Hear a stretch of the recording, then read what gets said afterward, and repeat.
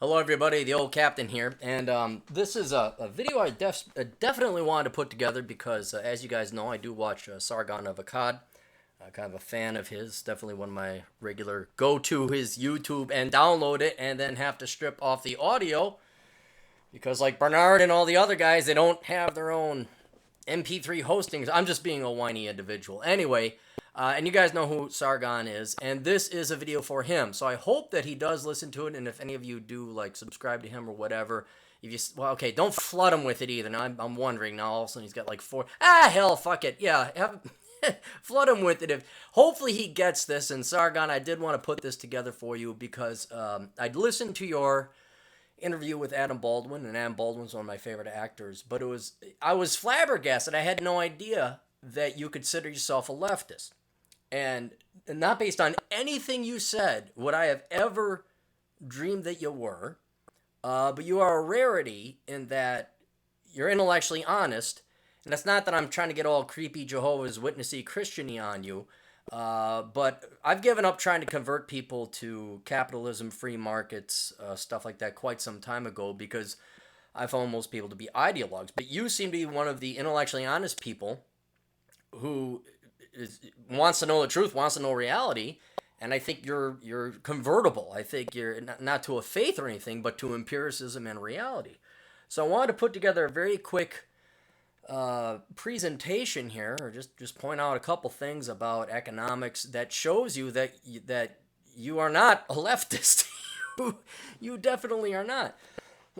So if you'll entertain me, I'm just going to show you one thing. There are so many other statistics I could show you, but when you're having your conversation with Mr. Baldwin, it dawned on me. You said a lot. Oh, I feel that there should be a safety net or a social safety net, and so, and I just think that. Well, there's a difference between think and know. And if you don't know who I am, my little segment of the internet here, of this little realm of the manosphere, or whatever you want to call it, is economics. I'm kind of the token resident economist and financial advisor.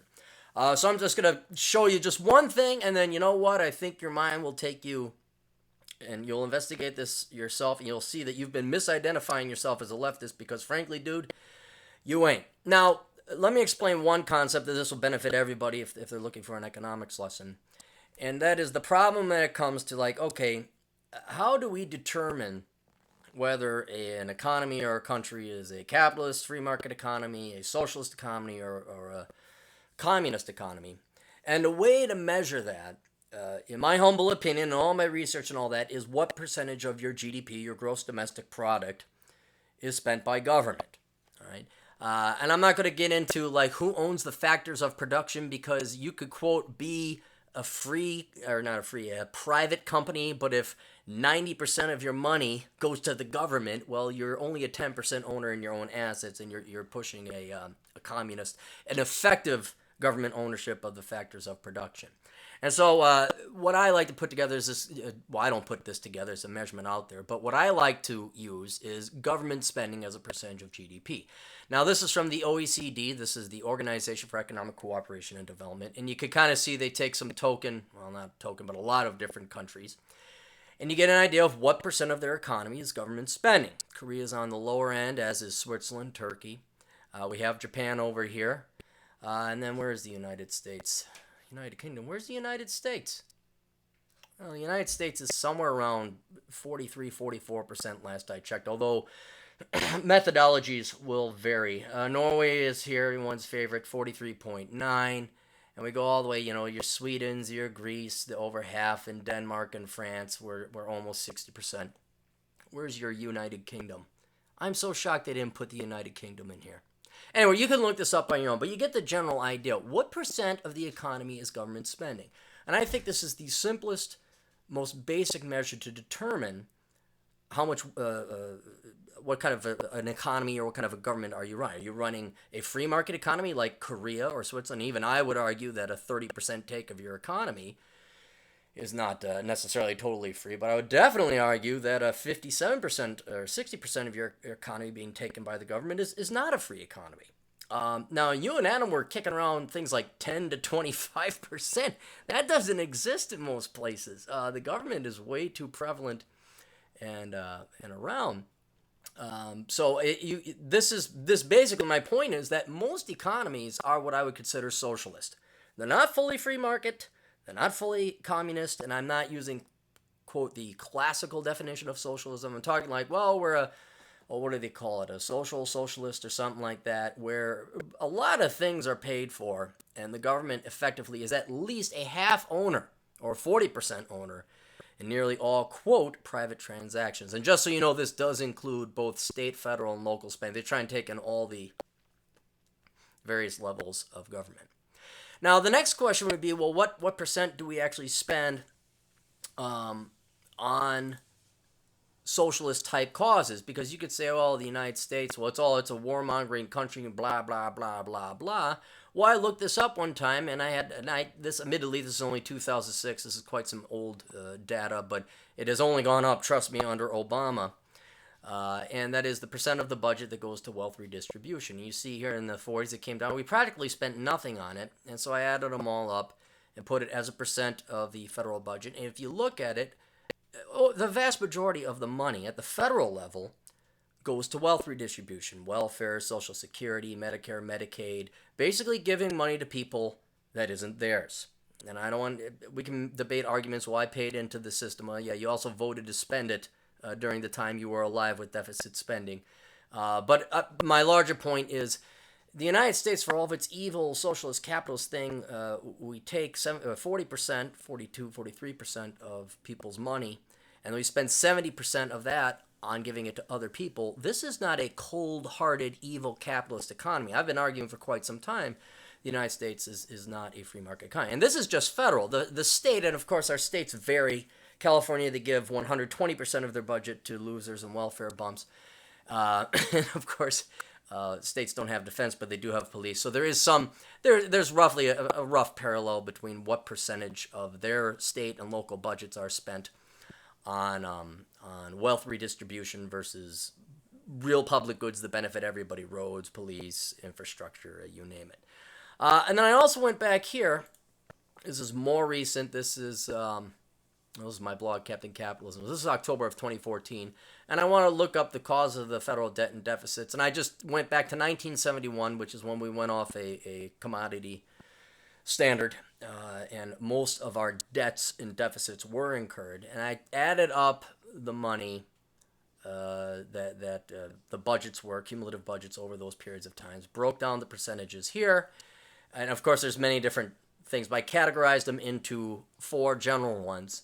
And if you were to amortize or allocate, rather, responsibility percentage-wise, this is what's responsible for our debts and deficits. So since 1971, 25% of the spending has been on military, 65% has been spent on income transfers. Sadly, only 6% is actual governance, like Department of Commerce and the U.S. highway system and Department of Energy and all, the irony. I mean, this could be our effective tax rate.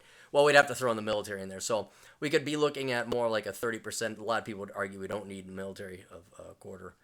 And that's just of the federal budget. And then other would NASA, shit we really don't need, and other kind of stuff. So the point I want to make is let's go back to this chart here, because it's more of the poignant statistic. An economy where 40%, 45% of the money, it's higher in the United Kingdom, is taken by the government and then spent, of which nearly 70% of it is spent on wealth redistribution. And not to mention, well, let me look up another one. Let's not complicate it. I'm terribly sorry.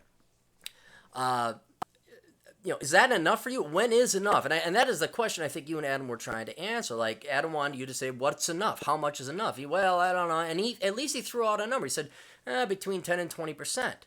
And the argument I would make is, especially here, let me see if I can find it. Socialism doesn't work. I mean, everybody's heart is in the right place. Well, I shouldn't even say that. Your heart is in the right place. The economy that could... Nah, that's too esoteric. Let's do rolling.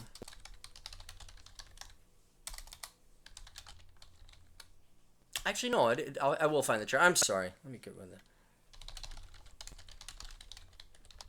Okay, here it is. Let's click on here.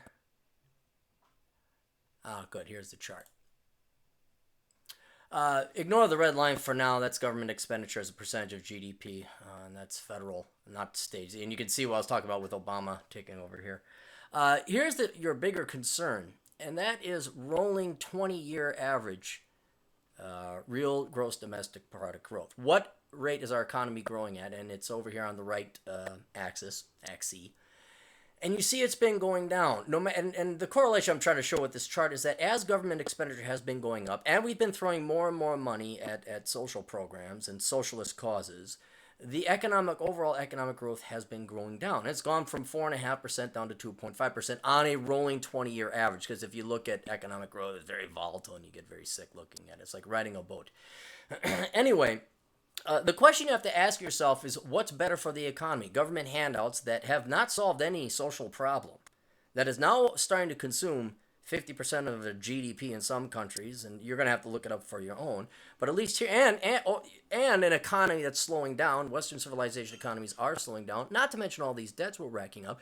We have to ask ourselves the very simple question: is it working? And whereas it would be nice and everyone if we just spent a little bit more. No, we have to find out first what we are spending to begin with, and then ask ourselves the very literal and hard question to ask: is it working? And if not, well, guess what? People might have to tighten their belts. People might have to starve a little bit. Because down the road, look, if GDP goes to 0% growth, or heaven help us, it goes negative permanently or long term, it doesn't matter what the intentions of the most wonderful leftist, caring socialist Democrats or Labor Party people are. It's not going to help anybody unless we actually get the economy growing. So I don't mean to get, oops. Oh, here's another little chart. Shows you what GDP would have actually been had we maintained our per capita. No, just GDP. Our current GDP right now is a little bit shy of real GDP in what, this is probably $2,000. So it's 14 trillion today. It would have been basically twice that. And people would have had twice the standards of living. But anyway, so that's my argument is if you are really interested in kind of confirming where you are in terms of the political spectrum, my argument is that you are not a leftist because everything I've shown you probably answered your question about, well, I just think or I just feel, and where's the lie? I'd like to offer some kind of modicum of safety net. We are offering way more than a safety net as it is right now. And I don't think you're going to get a lot of even conservatives or Republicans or Tories to argue with you that some kind of charity might be called for. But when it consumes 70% of state, federal, and local, or in your case, national, and I don't know what you got on a smaller village level, when it consumes 70% and it's still not solving the problem, and economic growth is slowing down, you have to admit that the current policies, which are largely socialist and leftist in nature, just are not working. And I hope to God, I'm serious, not to scare you, but I hope to God you don't got kids. Really? What the fuck? Bill Gates, always asking you questions we don't want. I hope to God you don't got kids, because if you do, they're going to bear the brunt of the consequences of this. We're going to enjoy the government and deficit spending for now. It's going to kick the can down the road. We really don't have to pay for what we're consuming. But God almighty, heaven help the kids that got to pay this final tab. Anyway, hope that did a little bit of convincing or at least piqued your interest into researching a little bit more. And keep on with the good videos. We appreciate them. Toodles.